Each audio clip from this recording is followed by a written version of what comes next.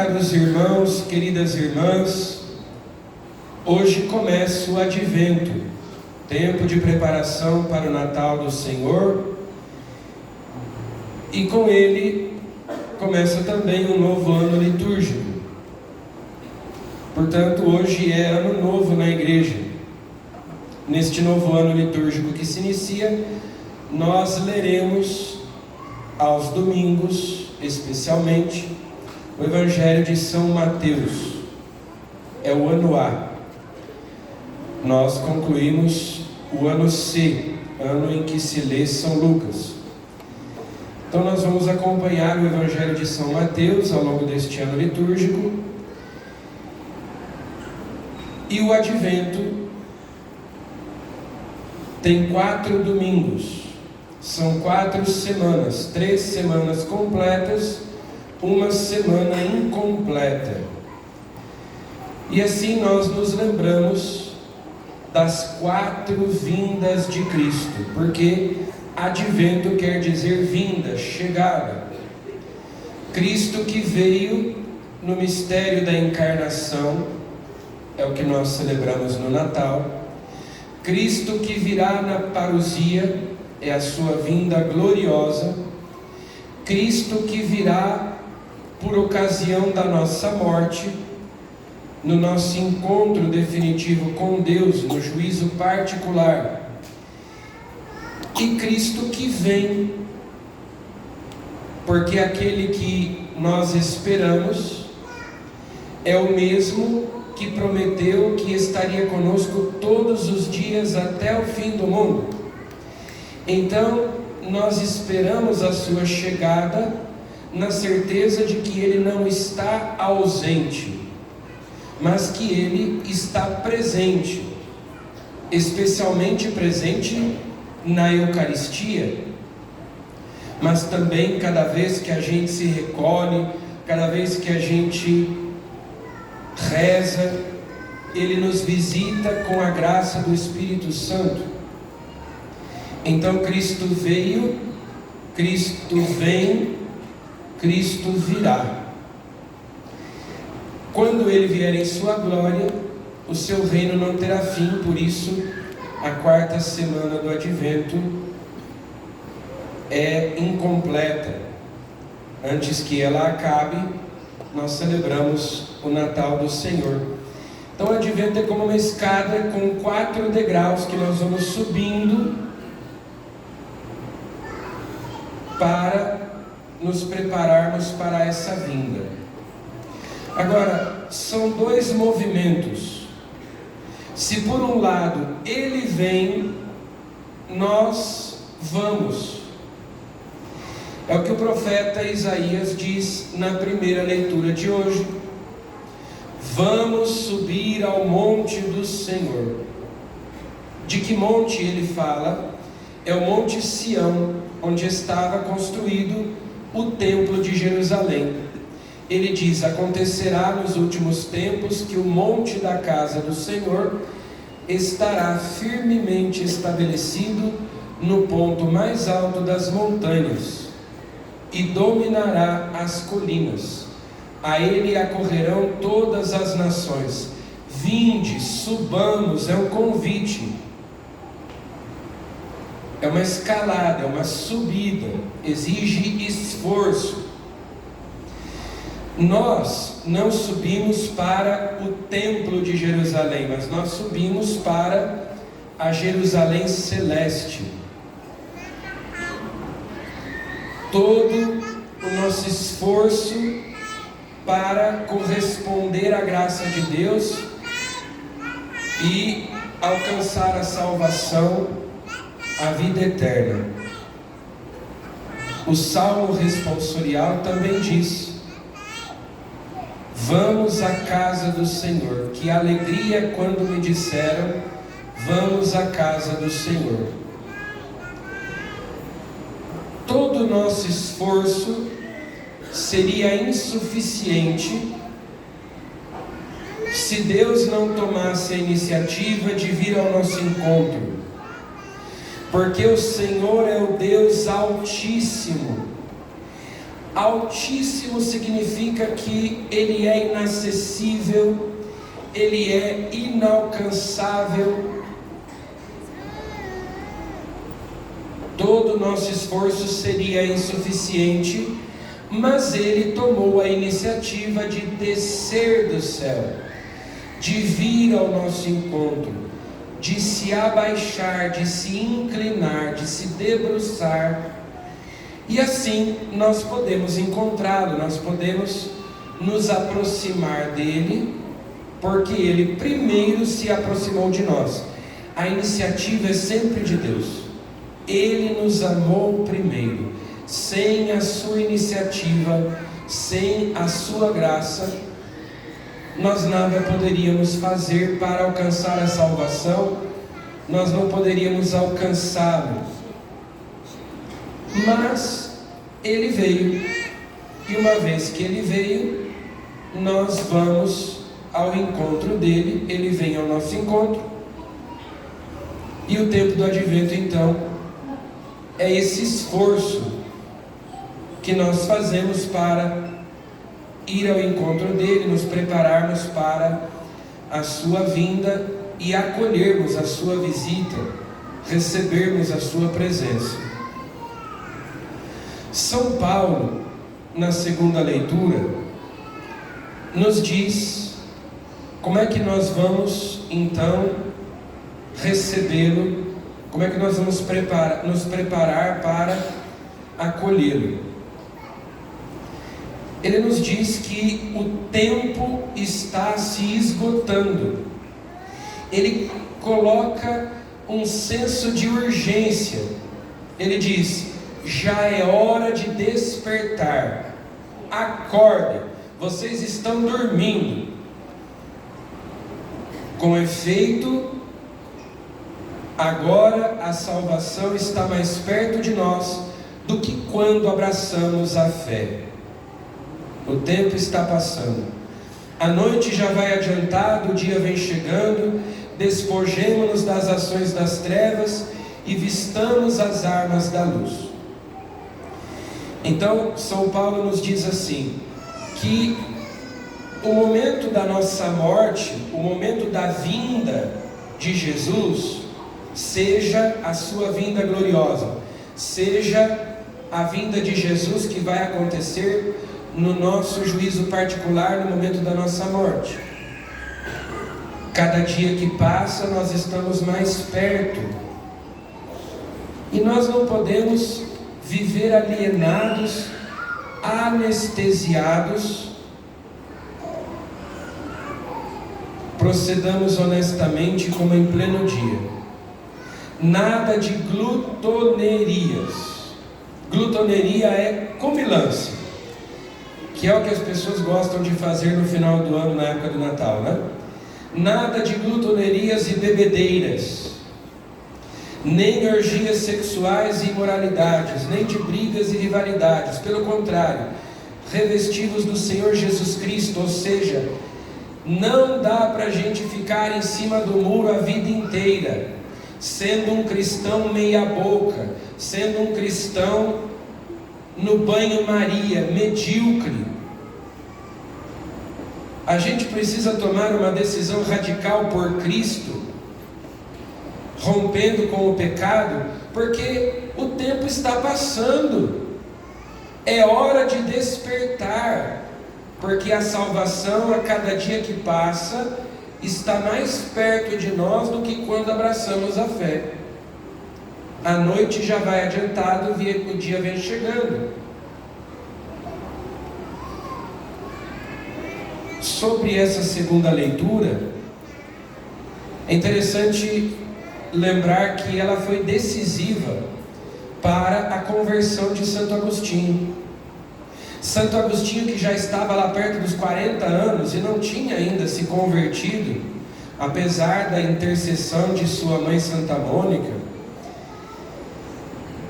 ele já tinha passado por diferentes seitas, grupos, até que ele começou a frequentar a Catedral de Milão e ouvir a pregação de Santo Ambrósio. e ele se convenceu de que a fé católica era a verdadeira fé, a verdadeira religião. Só que ele tinha se convertido, ou melhor, se convencido apenas aqui na inteligência, na mente. Ele já tinha entendido, ele já estava convencido, só que ele não tinha coragem de dar o passo, que era pedir o batismo, tornar-se catecúmeno e receber os sacramentos. Por quê? Porque ele sabia que ao dar esse passo, ele teria que abandonar os pecados que ele cometia. E ele estava muito apegado àqueles pecados de estimação. Então, havia dentro dele esse conflito, essas duas vontades.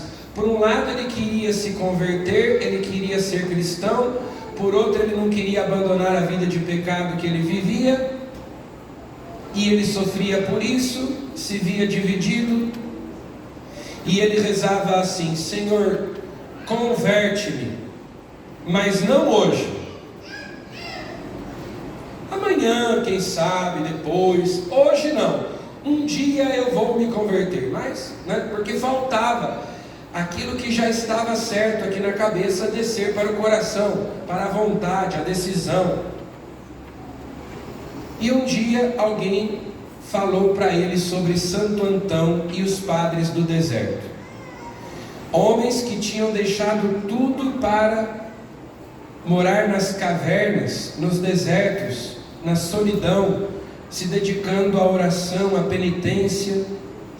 Ele ficou admirado com a vida ascética daqueles homens, a coragem. Mas ele foi para o jardim de casa chorando, pensando na sua própria covardia, a luta que ele via dentro de si. Aí ele escutou uma voz de criança, uma espécie de cantinela, que dizia: toma e lê, toma e lê, toma e lê. Aí ele viu a Sagrada Escritura, tomou, abriu e leu. E o que foi que ele leu? Justamente a segunda leitura de hoje. Já é hora de despertar, o tempo está passando. Nada de glutonerias e bebedeiras, nem de orgias sexuais, imoralidades, nem de briga e rivalidade. A noite já vai adiantada, o tempo está passando, toma uma decisão logo. E aí foi o que faltava para que ele fosse então a Santo Ambrósio pedir o batismo. Então o tempo do advento exige de nós essa decisão. O Cristo vem ao meu encontro, eu preciso ir ao encontro dele, me desinstalar de onde eu estou para ir ao encontro dele e me preparar para a sua chegada. No Evangelho, Jesus diz a mesma coisa. Jesus lembra que no tempo de Noé fabricou a arca, colocou lá dentro os animais, entrou com a sua família, fechou a porta. Enquanto isso, as pessoas comiam, bebiam, se casavam, compravam, vendiam, iam levando a sua vida despreocupadas. Quando elas se deram conta, a chuva já estava caindo e não dava mais tempo. A porta da arca já estava fechada, eles não tinham mais como se salvar. Jesus diz: assim há de ser a vinda do Filho do Homem.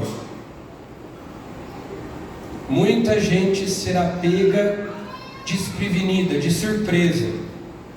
Se o dono da casa soubesse a que horas viria o ladrão, certamente vigiaria e não deixaria que a sua casa fosse arrombada. Portanto, ficai atentos e preparados, porque na hora em que menos pensais, o Filho do Homem virá. Se eu soubesse o dia da minha morte, eu poderia me preparar. O problema é que talvez, se nós soubéssemos o dia da nossa morte, nós como somos sem vergonhas. Imagine se Deus revelasse para você que você vai morrer daqui 40 anos. Você tem mais 40 anos de vida. Provavelmente domingo que vem você já nem viria à missa. Eu vou curtir a vida, eu vou aproveitar, fazer de tudo e mais um pouco, né? Aí quando estiver chegando perto, quando estiver faltando assim umas semanas, uns meses, aí eu vou lá, me confesso, começo a ir à missa, rezar todo dia, né? O que é que eu vou me preocupar agora? Está longe ainda. Ainda mais o brasileiro que deixa tudo para a última hora, deixaria para se preparar para a morte na última hora, mas aí já não teria mais tempo. Então, é por isso que a gente não sabe o futuro. E tem gente que quer saber o futuro, daí vai nas cartomantes, vai nas videntes, né? Vai ler o horóscopo, porque eu preciso saber o que vai acontecer amanhã, para eu me prevenir, para eu me preparar. Quem vai a esses lugares, quem consulta essas pessoas, simplesmente não tem fé. Além de cometer um pecado grave de superstição, não tem fé, não confia em Deus. Porque se eu confio em Deus, se a minha vida está nas mãos de Deus, o meu futuro pertence a Deus. Por que eu quero saber o que vai acontecer amanhã? Por que eu quero prever o futuro? Porque eu quero ter o controle. Como nós dizíamos no domingo passado, na solenidade de Cristo Rei, né? Se Ele é rei, Ele tem que reinar, Ele tem que governar. Mas nós queremos ter o controle de tudo. Por isso as pessoas querem prever o futuro. Porque não confiam, porque não acreditam. E querem elas mesmas ter o controle da própria vida. Nós não, nós cristãos não queremos saber. Não precisamos saber. Porque tudo concorre para o bem daqueles que amam a Deus. Nós entregamos a Ele a nossa vida, nós confiamos nele. E o dia da nossa morte, Deus não vai nos revelar qual é, porque nós devemos viver cada dia como se fosse o último. Inclusive, muitos santos recomendavam e praticavam isso. Todos os dias à noite, antes de dormir, antes de se deitar, a gente deveria fazer o exame de consciência. Todo dia eu deveria pensar assim, de noite: se Deus me chamasse agora, se eu morresse agora, eu iria para o céu ou eu iria para o inferno? Se eu tivesse que prestar contas a Deus deste meu dia que se encerra agora, o que é que eu teria para apresentar a Ele? A oração coleta da missa de hoje diz para nós acorrermos ao encontro do Cristo que vem com as nossas boas obras. Que boas obras eu pratiquei no dia de hoje, que eu posso apresentar a Deus? Será que eu cometi algum pecado, alguma falha, algum erro? Porque também, como é que eu vou melhorar se eu não examino diariamente a minha consciência e procuro identificar quais são os meus defeitos, quais são os meus erros, para que eu possa corrigi-los? O primeiro passo para que uma doença seja curada é que ela seja diagnosticada, é que ela seja descoberta. Se eu não sei que doença eu tenho, como é que eu vou curá-la, né?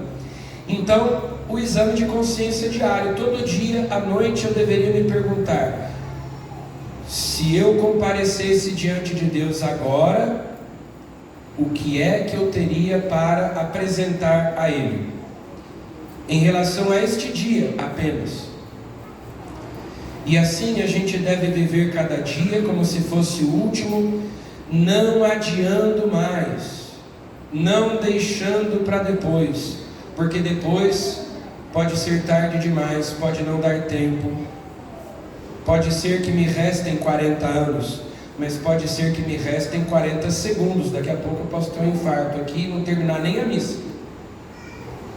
Então, vamos pedir a Jesus, neste tempo do advento, que nós nos preparemos bem, nós sejamos sóbrios e vigilantes, que nós estejamos acordados, que nós estejamos atentos, para não deixarmos que a graça de Deus passe na nossa vida sem que nós tomemos posse dela. Santo Agostinho depois vai dizer, né? Eu tenho medo do Deus que passa e que não volta. Preparemos-nos para que o Senhor nos encontre em paz, puros e santos. Amém.